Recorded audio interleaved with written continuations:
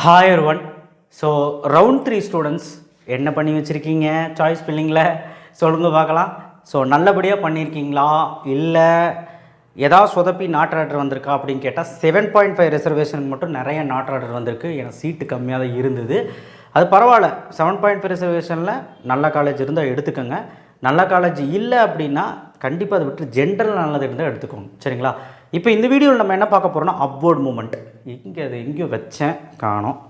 சரி, ஓகே, நம்ம கையில் எழுதுவோம். Upward moment. இந்த அப்வோர்டு மூமெண்ட்டை பற்றி நிறைய விஷயங்கள் நான் வந்து நிறைய வீடியோவில் சொல்லியிருக்கேன். இந்த அப்வோர்டில் வந்து பார்த்திங்கன்னா இப்போ அக்செப்டன் அப்வோர்டு கொடுக்குறதா இல்லை இந்த காலேஜ் எனக்கு பிடிக்கலை டிக்ளைன் கொடுத்து அப்வோர்டு கொடுக்குறதா நிறைய பேர் நினச்சிட்ருப்பீங்க. அப்வோர்டில் ரெண்டே ஆப்ஷன் தான். நாட் லெட்டர் வந்த மாணவன் ஃபஸ்ட் ஆப்ஷன் கொடுப்பான். ரெண்டே ஆப்ஷன் தான் இருக்கும். நாட் ஆர்டர் வந்தவங்களுக்கு என்ன ஆப்ஷன் இருக்கும்? If opted in upward I will confirm. அந்த ஃபஸ்ட் ஆப்ஷன் மட்டும் தான் இருக்கும். அப்வோர்டில் அதாவது அவன் கொடுத்த சாய்ஸில் ஏதாவது இருக்கான்னு சொல்லிட்டு செக் பண்ணும் கம்ப்யூட்டர். சரி, என்ன ப்ராசஸில் நடக்குது? ஃபஸ்ட்டு 3 விதமாக நான் பிரிச்சுக்கிறேன். ரொம்ப முக்கியமான விஷயம், நீங்கள் சாய்ஸ் நீங்கள் ஒழுக்கமாக பண்ணிக்கிங்கன்னு கேட்டால் ரவுண்ட் 1 ரவுண்ட் 2 விட ரவுண்ட் 3 அட்டகாசமாக பண்ணிட்டீங்க. சூப்பர். ஸோ ரவுண்டு 3 வந்து ஒரு ஹேட்ஸ் ஆஃப். கண்டிப்பாக அந்த தவறுகளை புரிஞ்சுக்கிட்டு எடுத்திருக்கீங்க. ஓகே, இதெல்லாம் நான் சந்தோஷம்தான் படுறேன். ஆனால் இந்த டென்டேட்டிவ் அலாட்மெண்ட் கன்ஃபர்மேஷனில் கோட்டை விட்டுருவீங்களோன்னு பயமாக இருக்குது. ஏன்னா நீங்கள் சேஃபஸ்ட் ஆப்ஷன் நான் எதுன்னு சொல்லிட்டேன். Accept and join, accept and upward நான் சொல்லிட்டேன். சேஃபஸ்ட்னா என்னென்னா கிடச்ச கல்லூரியை எடுத்துக்கோங்க, இல்லைனா கிடச்ச கல்லூரி வேணும் ஆனால் நான் அப்வோர்டில் பார்த்துக்கிறேன். இந்த விஷயங்களுக்கு நம்ம வந்து பேச போகிறோம் இப்போது. ஸோ இது எங்கே போகணும், இது டிஎஃப்சிக்கு போகணுமா, காலேஜுக்கு போகணுமா, இதெல்லாம் நான் பேசிக்கலாம். இப்போ என்ன ஆப்ஷன் கொடுக்கலாம் அப்படின்னு பார்க்கலாம். Accept and join, accept and upward கொடுத்துக்கலாம், ஒன்றும் பிரச்சனை இல்லை. இப்போ அந்த கல்லூரி பிடிச்சிருக்கு அப்படின்னா நீங்கள் தாராளமாக இந்த 2 ஆப்ஷனில் ஏதோ ஒரு ஆப்ஷன் கொடுக்கலாம். அப்வோர்டில் கொடுத்து விளையாடலாமா சார், ஒரு சான்ஸ் நான் பார்க்கட்டா, அப்வோர்டில் எனக்கு கிடைக்குமான்னு கேட்டால் கன்ஃபார்மாக கிடைக்க வாய்ப்பு இருக்குது. அதுக்குன்னு இருக்கிற 80% மாணவர்கள் அப்வோர்டு கொடுத்துடாதீங்கப்பா. நான் சொல்கிறத கேளுங்க என்ன ஆகுன்னு. இப்போது உதாரணத்துக்கு சாய்ஸ் ஃபில்லிங் வந்து எவ்வளோ பேர் பண்ண ஆரம்பிச்சு. இப்போ ரவுண்ட் 3 டேட்டா பார்த்தா தெரியும், நான் பார்க்கல.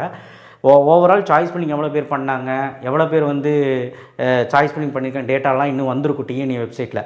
ஸோ எனக்கு தெரிஞ்சு 90,000 பேர், 1,00,000 பேர் பார்ட்டிசிபேட் பண்ணால் ரவுண்ட் 2வும் சேர்த்தி. ஸோ எனக்கு தெரிஞ்சு ஒரு 60,000 பேர், 65,000, 70,000 பேருக்கு பார்ட்டிசிபேஷன் வந்திருக்கும் சாய்ஸ் ஃபில்லிங் பண்ண சொல்லி. 70 இல்லை 80,000 பேர் வந்திருக்கும் சாய்ஸ் ஃபில்லிங் பண்ண சொல்லி. இதில் எவ்வளோ பேர் ஆப்சென்ட் ஆகிருக்காங்கன்னு எனக்கு தெரியல. இதெல்லாம் நம்ம பார்ப்போம். பட் ஆனால் இதில் அப்வோர்டு கொடுத்தீங்கன்னா நிறைய பேர் ஆப்சென்ட் ஆவாங்க நான் சொன்னேன். ஒன்று. ரெண்டாவது வந்து அப்வோர்டு கொடுத்தீங்கன்னா அவன் சீட்டு வந்து நிறைய காலேஜஸில் ஆல்ரெடி புக் பண்ணிட்டான், சீட் கிடைக்காதுன்னு அவன் போயிடுவான். அவன் போன சீட்டுமே அங்கே இருக்கும், அதுவும் அப்வோர்டில் இருக்கும். சரிங்களா? அப்வோர்டில் இல்லைன்னா அது வந்து அந்த சீட்டு வந்து வேக்கண்ட் ஆச்சுன்னா அப்வோர்டில் கொடுத்தீங்கன்னா உங்களுக்கு அது வரும். சீட்டு நிறைய ஷஃபிள் ஆக போகுது அப்படிங்கிற உண்மை, இது உண்மையான ஒரு விஷயம் ரவுண்ட் 3க்கு. ஸோ நிறைய பேர் அப்வோர்டு கொடுப்பாங்களான்னு கேட்டால் அங்கே தான் ஒரு ட்விஸ்ட்டே. கண்டிப்பாக பாதி இல்லைன்னாலும் அட்லீஸ்ட் ஒரு 40% மாணவர்களாவது அப்வோர்டு கொடுப்பாங்க. ஸோ இப்போ அப்வோர்டு கொடுக்கலாமா அப்படின்னு நிறைய பேர் யோசிச்சுட்ருக்கீங்கன்னா, நீங்கள் கிடச்சிருக்க காலேஜ் நல்ல காலேஜ், அது போய் விசாரிங்க. அதுக்கு தான் 2 நாள் டைம் தராங்க. உடனே கிளிக் பண்ணிட வேண்டியது. நாளைக்கு சாயங்காலம் 5 மணி முடியும் டைம் இருக்குது. ஸோ அதுக்குள்ளே நீங்கள் போய் அந்த காலேஜுக்குள்ளே விசாரிக்கலாம், ஃபோன் பண்ணி விசாரிக்கலாம், வெப்சைட் பார்க்கலாம், சோஷியல் மீடியாஸில் பார்க்கலாம். ஏதோ ஒன்று பண்ணுங்கள், அதை பார்த்து தெரிஞ்சுக்கோங்க. அந்த காலேஜை பற்றி தெரிஞ்சுக்கிட்டு உங்களுக்கு பிடிச்சதுன்னா அக்செப்ட் அண்ட் ஜாயின் கொடுத்து சேர்ந்துருங்க. கண்ணை மூடிட்டு யோசிக்காதீங்க, அப்வோர்டு கொடுத்து விளையாடாதீங்க. இல்லை நான் சந்தேகமாக இருக்குது அக்செப்ட் அண்ட் அப்வோர்டு கொடுத்து விளையாடுவேன்னா ஏதோ மேலேயே ஏதோ பிடிக்காத காலேஜ் இருக்கான்னு பாருங்கள். 1 2 இருந்தாலும் விட்டு வைக்காதீங்க. மேலே ஏதாவது நடுவில் பிடிக்காத காலேஜ் இருந்தால் தப்புன்னு அது வந்துருச்சுன்னு வைங்க. எப்போ வரும்? செப்டம்பர் 4 வரும். இந்த செப்டம்பர் 4 வரக்கூடிய காலேஜ் வந்து பார்த்திங்கன்னா மேலே உள்ளது கிடச்சிருச்சுன்னா அதுதான் ஃபைனல். அக்செப்ட் நம்ம அப்ரோவ் கொடுத்து அப்வோர்டில் ஏதாவது கிடச்சதுன்னா அதுதான் ஃபைனல். சரிங்களா? இப்போ உதாரணத்துக்கு ஃபஸ்ட்டு சாய்ஸ் கொடுக்குறேன், செகண்ட் சாய்ஸ் கொடுக்குறேன், தேர்டு சாய்ஸ் கொடுக்குறேன், 4th சாய்ஸ் கொடுக்குறேன், 5th சாய்ஸ் கொடுக்குறேன். இப்போ எனக்கு கம்ப்யூட்டர் வந்து 5வது சாய்ஸில் ஏதோ ஒரு காலேஜ் வெங்கடேஸ்வரா காலேஜ் வந்து கிளிக் பண்ணியிருக்கு. எனக்கு இப்போ கிடச்சிருக்கு இன்றைக்கி.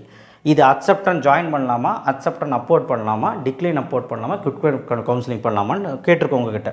அப்போ நான் வந்து இங்கே நான் அக்செப்ட் அண்ட் ஜாயின் கொடுத்தேன்னா காலேஜில் போய் ரிப்போர்ட் பண்ணணும். அக்செப்ட் அண்ட் ஜாயின் கொடுத்தா ஒரே வேலையை முடிஞ்சு நாளானிக்கு வந்து ப்ரொஃபிஷியல் அலாட்மெண்ட் ஆர்டர் வரும்.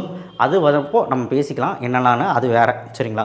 இப்போ நீங்கள் அக்செப்ட் அண்ட் அப்வோர்டு கொடுத்தீங்கன்னா இந்த 5வது ஆப்ஷன் அக்செப்ட் பண்ணிட்டீங்க. அதுக்கு நீங்கள் டிஎஃப்சி சென்டருக்கு போகணும். எப்போ போகணும்? நாளானிக்கு டென்டேட்டிவ் அலாட்மெண்ட் ஆர்டர் வரும், அப்போ போகணும். இப்போது அப்வோர்டில் வந்து என்ன நடக்கும்னு பாருங்கள். கம்ப்யூட்டர் இங்கிருந்து செக் பண்ணிட்டு வரும். 1 2 3 4 அப்படின்னு செக் பண்ணிகிட்டே வரும். செக் பண்ணிவிட்டு வரையில் 5 முடி வரும். இன்கேஸ் இதில் எதுவுமே சீட் இல்லைன்னா 5 தான் கிடைக்கும். அவ்வளோதான், 5 தான் ஃபைனல். அக்செப்ட் பண்ணிக்கிறதுக்கு அதான் அக்செப்ட் பண்ணிட்டீங்களா அதான் கிடைக்கும். அப்வோர்டில் ஏதாவது வேக்கண்ட் எவனாவது விட்டுட்டு போயிருந்தானா, அந்த சீட்டு எவனா விட்டுட்டு போயிருந்தானா, இல்லை எவனாவது அப்வோர்டு கொடுத்துருப்பான், மாறிட்டே இருக்கும். அப்வோர்டு கொடுக்கும்போது மாறிடலாம். மாறிட்டே இருந்தேன்னா உங்கள் ரேங்க் அடுத்து வருதுன்னா கிடைக்கும். ஸோ இது நடக்குமா அப்படின்னு கேட்டால் பாசிபிலிட்டிஸ் இருக்குது. கம்ப்யூட்டர் சயின்ஸ் கொடுத்துருந்தீங்கன்னா நடக்கிறதுக்கு வாய்ப்பு கம்மி. மெக்கானிக்கல் ஓரியன்ட் மாதிரி கோர்ஸ் கொடுத்தது நடக்கும். அப்போர்டில் எங்களுக்கு வாய்ப்பு இருக்காங்க சார்ன்னு கேட்டால் வாய்ப்பு இருக்குது. ஆனால் நான் என்ன சொல்கிறேன்னு என்னோடய அட்வைஸை கேளுங்க. நல்ல காலேஜ் நிறைய பேருக்கு நான் ஃபோன் பண்ணும்போது என்கிட்ட ஃபோன் கேட்கும்போது நல்ல காலேஜை கையில் வச்சுட்டு தேவையில்லாமல் அப்போர்டு கொடுத்து வளர்றீங்க. அக்செப்ட் பண்ணி ஜாயின் பண்ணி போயிட்டே இருங்க. அவ்வளோதான். ஃபீஸ் கம்மியாக இருக்கா, நல்ல பிளேஸ்மெண்ட் இருக்கா, நல்ல இன்ஃப்ராஸ்ட்ரக்சர் இருக்கா, ஓரளவுக்கு அந்த காலேஜ் நல்லா பரவாயில்லையா, டயர் 5 டயர் 6 ரொம்ப கீழே இருக்க காலேஜாக இருந்தாலும் ஓரளவுக்கு பரவாயில்லையா அப்படின்னு சொல்லிவிட்டு, நான் கம்ப்யூட்டர் எடுத்தாலும் பரவாயில்ல, நல்ல காலேஜ் தானே, ஓரளவுக்கு எல்லாமே பர்ஃபெக்டா அப்படின்னு சொன்னிங்கன்னா நினச்சிங்கன்னா அக்செப்டன்ஸ் ஜாயின் கொடுத்து போயிட்டே இருங்க. சரிங்களா? ஸோ அதனால் தயவு செய்து இந்த ஒரு விஷயத்தை நீங்கள் வந்து இதை ஃபாலோ பண்ணிக்கோங்க. டிக்ளைன் அப்போர்டு மட்டும் கொடுக்காதீங்க. தயவு செய்து டிக்ளைன் அப்போர்டு கொடுத்தீங்கன்னா அந்த காலேஜ் பிடிக்கலன்னு அர்த்தம். அப்போர்டில் போய் செக் பண்ணிவிட்டு வரும். செக் பண்ணிவிட்டு வந்துட்டு டிக்ளைன் பண்ணிட்டீங்களே, இந்த 5வது ஆப்ஷன் டிக்ளைன் பண்ணிட்டேன்னு வச்சுக்கோங்களேன். கிடச்ச காலேஜ் 5வது ஆப்ஷன் அது டிக்ளைன் பண்ணிட்டேன்னா மேலேருந்து செக் பண்ணிட்டு வரும். அதில் எதுவும் கிடைக்கலனா செப்டம்பர் 4ஆம் தேதி வரக்கூடிய ரிசல்ட்டில் எதுவுமே கிடைக்கலனா எதுவுமே உங்களுக்கு வராது. அடுத்த ரவுண்டும் போக மாட்டீங்க, அடுத்த ரவுண்டு கிடையாது. அவ்வளோதான். இனி சப்ளிமெண்ட்ரியில் தான் உங்களை பார்த்துக்கணும். ஓகே, ஒன்று. ரெண்டாவது வந்து பார்த்திங்கன்னா ரொம்ப முக்கியமான விஷயம், நாட் லெட்டர் வந்தவங்க அப்போர்டு கொடுத்து பாருங்கள். ஃபஸ்ட் ஆப்ஷன் கிளிக் பண்ணி பாருங்கள், ஏதாவது நடக்குதான்னு பாருங்கள். அப்போர்டு நாட் லெட்டர் வந்தவங்க கவலைப்பட தேவையில்லை. என்னுடைய நம்பர் கீழே நான் கொடுத்துருக்குறேன். அதை நான் வந்து அந்த காண்டாக்ட் பண்ணுங்கள். சப்ளிமெண்ட்ரி கவுன்சிலிங்லையோ நம்ம மேனேஜ்மெண்ட் கோட்டாலையோ ஏதோ ஒன்று பார்த்துக்கலாம். ஸோ அதாவது டொனேஷனே இல்லாமல் உங்களுக்கு வந்து லோ ஃபீஸில் நமக்கு வந்து காலேஜ் எதாவது வேணும்னா பார்த்துக்கலாம். ஒரு பிரச்சனையும் இல்லை, எந்த கோர்ஸ்னாலும். ஸோ அதுக்கு நீங்கள் வந்து நாட் லெட்டர் வந்தவங்க என்ன அணுகுங்க. நாட் லெட்டர் வந்தவங்க ஐயோ போச்சு அடுத்த ரவுண்டு இல்லையே அப்படின்ட்டு இருப்பீங்க. அப்போர்டு கொடுங்க. அப்போர்டில் பார்க்கலாம் கிடைக்குதானே. செப்டம்பர் 4ஆம் தேதி கிடைக்குதான்னு பார்ப்போம். கிடச்சா லக்கு. எனக்கு தெரிஞ்சு பாசிட்டிவாக ஒரு சிலது நடக்கும்னு நினைக்கிறேன். ஏன்னா ரவுண்ட் 2க்கு நிறைய பாசிட்டிவாக நடந்தது. இதுதான் அப்போர்டில் எப்படி ஒர்க் ஆகும்னு நான் காட்டினேன். கம்ப்யூட்டர் மேலேருந்து கிளிக் பண்ணிகிட்டே வரும். ஏதாவது கிடைக்கும்னா நடுவில் இப்போ ஊடால 3வது கிடச்சிருச்சு அப்படின்னா அங்கேயே ஸ்டாப் ஆகிடும். 3வது தான் உங்களுக்கு கிடச்ச ஃபைனல் ஆர்டர்.